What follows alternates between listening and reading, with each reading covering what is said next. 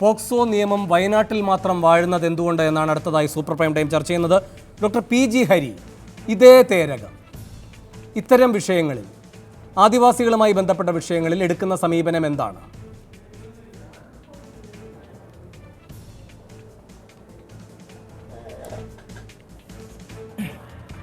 ആദിവാസികളുടെ അറസ്റ്റും ബോധവൽക്കരണത്തിൻ്റെ ഭാഗമാണ് എന്ന് കഴിഞ്ഞ ഒരു വർഷം മുമ്പ്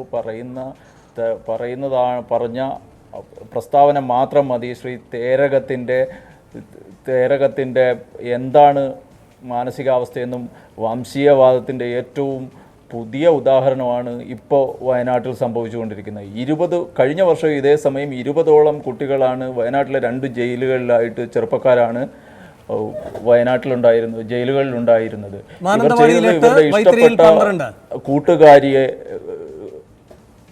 അതെ, പലരെയും ജാമ്യത്തിലെടുക്കുന്നത് ഇത്തരത്തിലൊരു ആദിവാസി കല്യാണങ്ങളിൽ പോക്സോ ചാർത്തുന്നതിനെതിരെ രൂപീകരിക്കപ്പെട്ട സാമൂഹ്യ പ്രവർത്തകരുടെയും ആദിവാസികൾ ചെറുപ്പക്കാരുടെയും സംഘടനകൾ ഇടപെട്ടതിന് ശേഷമാണ്.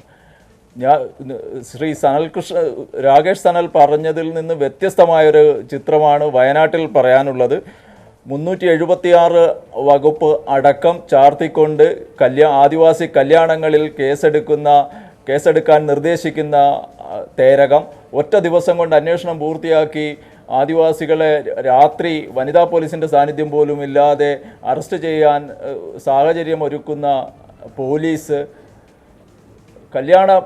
സ്വന്തം വീട്ടിൽ നിന്ന് പിടിച്ചുകൊണ്ടുപോയ FIR ഇട്ട് കോടതിയിൽ ഹാജരാക്കുമ്പോൾ 4 ജീവപര്യന്തമടക്കം ശിക്ഷിക്കപ്പെടുന്ന അയ്യപ്പമൂലയിലെ ബാബുവിനെ പോലെയുള്ളവരുടെ നാട്, ശിവദാസൻ്റെ നാട്, മാസങ്ങളോളം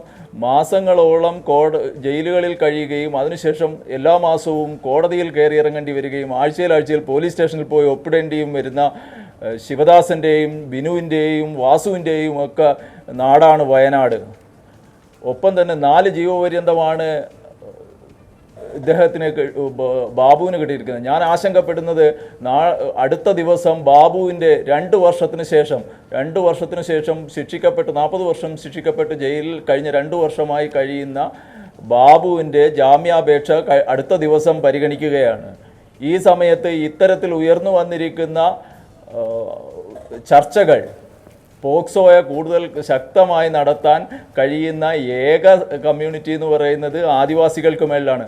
അതുകൊണ്ടാണ് തേരകത്തിൻ്റെയും റോബിൻ്റെയും ഡോക്ടർ ബെറ്റിയുടെയും മേൽ പോക്സോ ചാർത്തി FIR ഇടാൻ ഇപ്പോഴും കഴിയാതിരിക്കുകയും ബാബുവിനെ പോലെയുള്ളവർ കഴിഞ്ഞ 2 വർഷമായി സ്വന്തം കുഞ്ഞിനെ ഒരു പ്രാവശ്യം പോലും കാണാൻ കഴിയാതെ ജയിലിൽ കഴിയുകയും ചെയ്യുന്നത്. അതോടൊപ്പം തന്നെ സനൽ പറഞ്ഞത് കുട്ടികളെ രക്ഷകർത്താക്കളോടൊപ്പം വിടുന്നില്ല, ഒപ്പം തന്നെ പറഞ്ഞു വിടുന്നു എന്ന രീതിയിലാണ് സനൽ ഇതിൻ്റെ കണ്ടത്. വയനാട്ടിലെ അവസ്ഥ, ഞങ്ങൾ അമ്മയോടൊപ്പം പൊയ്ക്കോളാം എന്നും ഞങ്ങളുടെ കുടുംബത്തിനകത്ത് ജീവിക്കുന്നതാണ് ഈ കുട്ടികൾക്ക് മാനസികമായി സുരക്ഷിതത്വം ലഭിക്കുന്നത് എന്ന് തിരിച്ചറിയുമ്പോഴും CWCയുടെ നിർഭയയ്ക്കകത്തേക്ക് നിർബന്ധിച്ച് പറഞ്ഞു വിടുകയും അത്തരത്തിൽ പേടിപ്പിക്കുകയും, അതുമാത്രമല്ല ഈ കുട്ടികളുടെ അച്ഛനും അമ്മയും നിർഭയയിൽ കാണാനെത്തിയാൽ നിലവിലുള്ള നിയമങ്ങളുടെ സാങ്കേതിക നൂലാമാലകൾ കൊണ്ട് 3-4 ദിവസം പണി ഒഴിവാക്കി നടക്കേണ്ട ഒരു സാഹചര്യവും നിലനിൽക്കുന്നുണ്ട്. ഇത്തരത്തിൽ വളരെ ഗുരുതരമായ വംശീയത കാണിക്കുന്ന ആളാണ് 12 ദിവസത്തോളം CWCയും HIMഉം തമ്മിലുള്ള കമ്മ്യൂണിക്കേഷൻ നടക്കാത്തത് കൊണ്ട് ഇത്തരത്തിലൊരു കുഞ്ഞിനെ കൊണ്ടുവന്നത് അറിഞ്ഞില്ല എന്ന് പറയുന്നത്. ഇതുപോലെ തന്നെ സമാനമായ കേസ് വൈത്തിരി HIM കോൺവെൻറ്റിൽ മാസങ്ങളോളം ജോലിക്ക് നിർത്തി അവിടെ നിന്ന് ഗർഭിണിയായി തൊട്ടടുത്ത വൈത്തിരി ഗവൺമെൻറ് ഹോസ്പിറ്റലിൽ പ്രസവിപ്പിച്ചതിന് ശേഷം പേര് മാറ്റി പറഞ്ഞ് അവിടെ അഡ്മിഷൻ രജിസ്റ്റർ ചെയ്യുകയും പിറ്റേ ദിവസം തന്നെ കോഴിക്കോട് കോൺവെൻറ്റിലേക്ക് മാറ്റുകയും ചെയ്ത പ്രശ്നങ്ങളിൽ നമ്മൾ ഇടപെട്ടിട്ടുണ്ട്. ആ കുട്ടിക്ക് ഇന്ന് 4 വയസ്സായിട്ടുണ്ട്. അന്നും ഈ പരാതിയുമായി തേരകത്തിൻ്റെ അടുത്ത് ചെല്ലുമ്പോൾ തേരകം ഇത്തരത്തിൽ ചില സാങ്കേതിക വകുപ്പുകൾ പറഞ്ഞുകൊണ്ട് ഒഴിവാക്കി വിടുകയാണ് ചെയ്തത്. ഒപ്പം തന്നെ തേരകം ചെയർമാനായിട്ടുള്ള സ്ഥാപനങ്ങളിൽ നടന്നിട്ടുള്ള പ്രശ്നങ്ങൾ, അദ്ദേഹത്തിൻ്റെ മാറ്റൊലി റേഡിയോയിൽ നടന്നിട്ടുള്ള മനുഷ്യാവകാശ ലംഘനങ്ങളും ഒക്കെ ഇത് വളരെ ബോധപൂർവം ഗൂഢാലോചനയോടുകൂടി നടത്തുന്ന രക്ഷപ്പെടാനുള്ള ചില വഴികളായി മാത്രമാണ് ഇതിനെ കാണേണ്ടത്. ഡോക്ടർ ബെറ്റി ഒരു ഡോക്ടർ എന്നുള്ള നിലയിൽ, സിസ്റ്റർ എന്നത് വിടുക, ഒരു ഡോക്ടർ എന്ന നിലയിൽ പാലിക്കേണ്ട ഉത്തരവാദിത്വവും നൈതികതയും പാലിച്ചിട്ടില്ല എന്നുള്ളത് ഗുരുതരമായ തെറ്റാണ്. നാളെ പരിഗണിക്കുന്ന കേസിൽ ഈ ജാമ്യാപേക്ഷയിൽ ഇത്തരത്തിലുള്ള ചർച്ച എങ്ങനെ ബാധിക്കുമെന്നുള്ളതിനെ ആശങ്കയോടെയാണ് ബാബുവിന്റെ ബന്ധുക്കളും ഞാനും കാണുന്നത്. ഡോക്ടർ പി ജി ഹരി പക്ഷേ ഡോക്ടർ പി ജി ഹരി ഇതുവരെ ഒരു ആദിവാസി വിവാഹം പോലും രജിസ്റ്റർ ചെയ്യപ്പെട്ടിട്ടില്ല എന്ന റിപ്പോർട്ടുകളുണ്ട്. പ്രായം തെളിയിക്കുന്നതിനുള്ള രേഖകൾ അവിടെ ഇല്ല എന്ന റിപ്പോർട്ടുകളുണ്ട്. ബന്ധപ്പെട്ട വകുപ്പുകൾ യഥാർത്ഥ വിവരങ്ങൾ സർക്കാരിനെ അറിയിക്കുന്നില്ല എന്ന റിപ്പോർട്ടുകളുണ്ട്. ഇതൊക്കെ പിന്നെ പ്രത്യേകമായൊരു വിഭാഗമാണ് ആദിവാസികൾ, അവരുടെ ആചാരത്തിൻ്റെ നിയമപരമായ സാധുത, ഇതൊക്കെ നിയമ സംവിധാനങ്ങൾ അങ്ങ് അവഗണിച്ച് കളയുകയാണ് ചെയ്യുന്നത് എന്നാണോ? തീർച്ചയായിട്ടും സാങ്കേതികമായി പ്രായപൂർത്തിയാകാതിരിക്കുക, വിവാഹം നടന്നു എന്ന് തെളിയിക്കാൻ കഴിയാതിരിക്കുക തുടങ്ങിയ ചില വകുപ്പുകൾ വെച്ചുകൊണ്ടാണ് വയനാട്ടിലെ പോക്സോ കോടതി ഇതിനെ കാണുന്നത്. മാത്രമല്ല, ഒരു ശിക്ഷിക്കാൻ പറ്റുന്നത്, തൻ്റെ ട്രാക്ക് ഹിസ്റ്ററി ഏറ്റവും നന്നാക്കി മാറ്റാൻ പറ്റുന്നത് ആദിവാസികളെ ശിക്ഷിച്ചുകൊണ്ടാണ്. കേരളത്തിൽ ഏറ്റവും കൂടുതൽ പോക്സോ കേസുകൾ തീർപ്പാക്കിയിട്ടുള്ളത് വയനാടാണ്. തീർപ്പാക്കിയ കേസിൽ ഏറ്റവും കൂടുതൽ ശിക്ഷിക്കപ്പെട്ടത് ആദിവാസികളാണ്.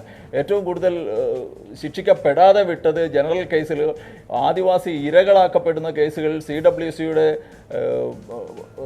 മായാകൃഷ്ണൻ പറഞ്ഞതുപോലെ CWCയുടെ ഇടപെടൽ വളരെ ഡോക്ടർ പി ജി ഹരി, ഇപ്പോ ഈ റോബിന്റെ കാര്യത്തിൽ ഏറ്റവും നിർണായകമായ തെളിവാകാൻ പോകുന്നത്, ബാക്കി എന്തൊക്കെ തേച്ചുമാച്ച് കളഞ്ഞാലും DNA പരിശോധനാ ഫലമായിരിക്കും.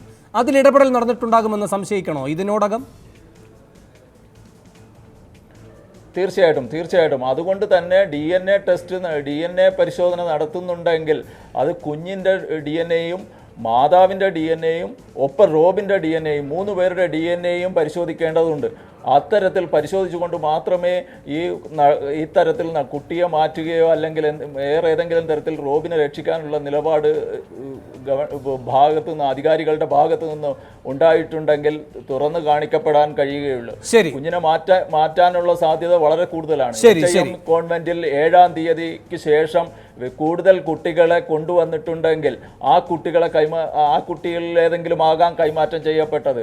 ഒപ്പം തന്നെ രാത്രി ഈ തേരകൻ താമസിക്കുന്ന സ്ഥലത്ത് നിന്ന് രാത്രി ഒപ്പിട്ട് കൊടുക്കുകയാണ് ചെയ്യുന്നത്. CWC നിയമം അനുസരിച്ച് ഒരു CWCയിൽ നിന്നും മറ്റൊരു CWCയിലേക്കാണ് നേരിട്ടാണ് കൊടുക്കേണ്ടത്. നേരിട്ട് അന്വേഷണ ഉദ്യോഗസ്ഥൻ്റെ കയ്യിലേക്ക് ഇത് കൊടുക്കാൻ തക്കവണ്ണമുള്ള യാതൊരു നിയമവും നിലവിലില്ല. അന്വേഷണ ഉദ്യോഗസ്ഥൻ്റെ കയ്യിലേക്കല്ല കൈമാറപ്പെടേണ്ടത്. CWCയുടെ സാന്നിധ്യത്തിൽ സുരക്ഷിതമായൊരു സ്ഥലത്തേക്ക് മാറ്റം ചെയ്യുകയാണ് വേണ്ടുന്നത്. അത്തരത്തിൽ ഒരു പിടി നിയമലംഘനങ്ങൾ നടത്തുകയും തേരകവും സിസ്റ്റർ ബെറ്റിയും അടക്കമുള്ളവർ തെക്കും വടക്കും നടക്കുകയും ചെയ്യുമ്പോൾ ഒറ്റ ദിവസം രാത്രി കൊണ്ട് ബാബുവിനെയും ശിവദാസിനെയും ബിനുവിനെയും ഒക്കെ രാത്രി അച്ഛൻ്റെയും അമ്മയുടെയും മുമ്പിൽ നിന്ന് ഹുക്ക് ചെയ്ത് കൊണ്ടുപോവുകയും മാസങ്ങളോളം ജയിലിലിടുകയും ചെയ്യുന്നത്. ജാമ്യം നിഷേധിക്കുന്നു, ജാമ്യത്തിന് നാട്ടിലെങ്ങും ഇല്ലാത്ത ചില വ്യവസ്ഥകൾ വയ്ക്കുന്നു. അങ്ങനെ ഗവൺമെൻറ്റിൻ്റെ മുഴുവൻ ഭരണകൂടത്തിൻ്റെ മുഴുവൻ വ്യവസ്ഥിതികളും കൃത്യമായ ആദിവാസി വിരുദ്ധതയും വംശീയതയും പ്രകടമാക്കുന്നതിൻ്റെ നേരനുഭവങ്ങളാണ് വയനാട്ടിൽ നിന്ന് പറയാനുള്ളത്. ശരി, ഞാൻ ഇടപെടുകയാണ്. എനിക്കൊരു ഇടവേളയിലേക്ക് കൂടി പോകണം. ഇടവേളയ്ക്ക് ശേഷം അവസാനമായി സൂപ്പർ പ്രൈം ടൈം ചർച്ച ചെയ്യുന്നത് കെ ഉണ്ണികൃഷ്ണൻ പാലക്കാടുമായി ബന്ധപ്പെട്ട കാര്യങ്ങൾ വിവരിക്കുന്നതിലേക്കാണ്. വാളയാറിൽ 2 പിഞ്ചോമനകൾ ജീവനൊടുക്കിയത് എന്തുകൊണ്ട്? ഇടവേളയ്ക്ക് ശേഷം.